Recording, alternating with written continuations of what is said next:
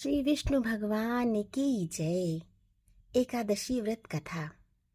एक राजा के राज्य में सभी लोग एकादशी का व्रत रखते थे।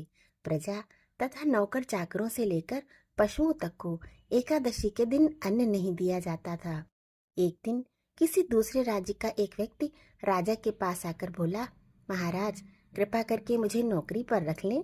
तब राजा ने उसके सामने एक शर्त रखी कि ठीक है, रख लेते हैं, किंतु रोज तो तुम्हें खाने को सब कुछ मिलेगा, पर एकादशी को अन्न नहीं मिलेगा। उस व्यक्ति ने उस समय हाँ कर ली। पर एकादशी के दिन जब उसे फलाहार दिया गया तो वो राजा के सामने जाकर गिड़गिड़ाने लगा, महाराज, इससे मेरा पेट नहीं भरेगा, मैं भूखा ही मर जाऊंगा, मुझे अन्न दे दो। राजा ने उसे शर्त याद दिलाई, पर वह व्यक्ति अन्न छोड़ने को राजी नहीं हुआ। तब राजा ने उसे आटा, दाल, चावल इत्यादि दे दिए। वह नित्य की तरह नदी पर पहुंचा और स्नान कर भोजन पकाने लगा। जब भोजन बन गया तो वो भगवान को बुलाने लगा, आओ भगवान, भोजन तैयार है। उसके बुलाने पर पीतांबर धारण किए भगवान चतुर्भुज रूप में आ पहुंचे तथा प्रेम से उसके साथ भोजन करने लगे। भोजन आदि करके भगवान अंतर ध्यान हो गए और वे व्यक्ति अपने काम पर चला गया।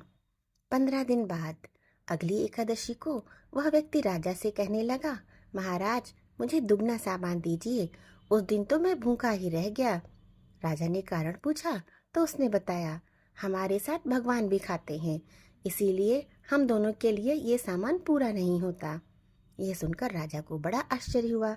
वो बोला, मैं नहीं मान सकता कि भगवान तुम्हारे साथ खाना खाते हैं। मैं तो इतने व्रत रखता हूँ, पूजा करता हूँ, पर भगवान ने मुझे कभी दर्शन नहीं दिए। राजा की बात सुनकर वह व्यक्ति बोला, महाराज, यदि विश्वास न हो तो मेरे साथ चलकर देख ले। राजा एक पेड़ के पीछे छिपकर बैठ गया। उस व्यक्ति ने भोजन बनाया तथा भगवान को शाम तक पुकारता रहा, परंतु भगवान न आए। अंत में उसने कहा, हे भगवान, यदि आप नहीं आए तो मैं नदी में कूदकर प्राण त्याग दूंगा। लेकिन भगवान नहीं आए। तब वह व्यक्ति अपने प्राण त्यागने के उद्देश्य से नदी की तरफ बढ़ा। प्राण त्यागने का उसका दृढ़ इरादा जान शीघ्र ही भगवान ने प्रकट होकर उसे रोक लिया और साथ बैठकर भोजन करने लगे। खा पीकर वे उसे अपने विमान में बिठाकर अपने धाम ले गए। ये देख राजा ने सोचा, व्रत उपवास से तब तक कोई फायदा नहीं होता जब तक मन शुद्ध ना हो। इससे राजा को ज्ञान मिला। वह भी मन से व्रत उपवास करने लगा और अंत में स्वर्ग को प्राप्त हुआ। बोलिए श्री विष्णु भगवान की जय। देव प्रबोधिनी एकादशी की दूसरी कथा। एक राजा था। उसके राज्य में प्रजा सुखी थी। एकादशी को कोई भी अन्न नहीं बेचता था, सभी फलाहार करते थे।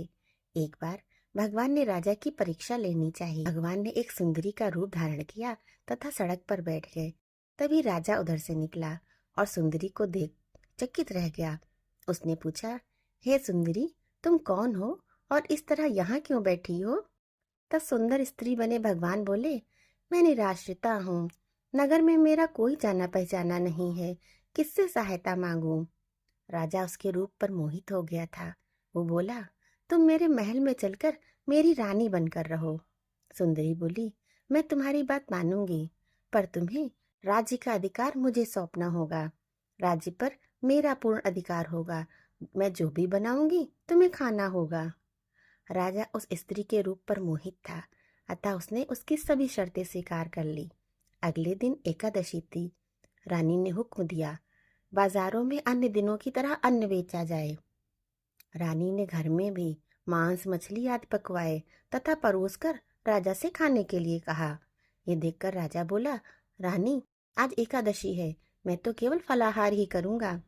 तब रानी ने शर्त की याद दिलाई और बोली, या तो खाना खाओ, नहीं तो मैं बड़े राजकुमार का सिर काट लूंगी। राजा ने अपनी स्थिति बड़ी रानी से कही तो बड़ी रानी बोली, महाराज, धर्म न छोड़ें, बड़े राजकुमार का सिर दे दें, पुत्र तो फिर मिल जाएगा, पर धर्म नहीं मिलेगा। इसी दौरान बड़ा राजकुमार खेल कर आ गया। माँ की आंखों में आंसू देखकर वो रोने का कारण पूछने लगा तो माँ ने उसे सारी बात बता दी। तब राजकुमार बोला, मैं सिर देने के लिए तैयार हूँ, पिताजी के धर्म की रक्षा होगी, जरूर होगी। राजा दुखी मन से सुंदरी के पास गए और राजकुमार का सिर देने को तैयार हुए। तभी सुंदरी के रूप से भगवान विष्णु ने प्रकट होकर उनसे कहा, राजन, ये तुम्हारी परीक्षा थी और तुम इस कठिन परीक्षा में सफल रहे हो। भगवान ने प्रसन्न मन से राजा से वरदान मांगने को कहा। तो राजा ने कहा, आपका दिया सब कुछ है, बस हमारा उद्धार कीजिए। उसी समय वहां एक विमान उतरा और राजा अपना राज्य अपने राजकुमार पुत्र को सौंपकर विमान पर बैठकर परम धाम को चला गया। बोलिए श्री विष्णु भगवान की जय।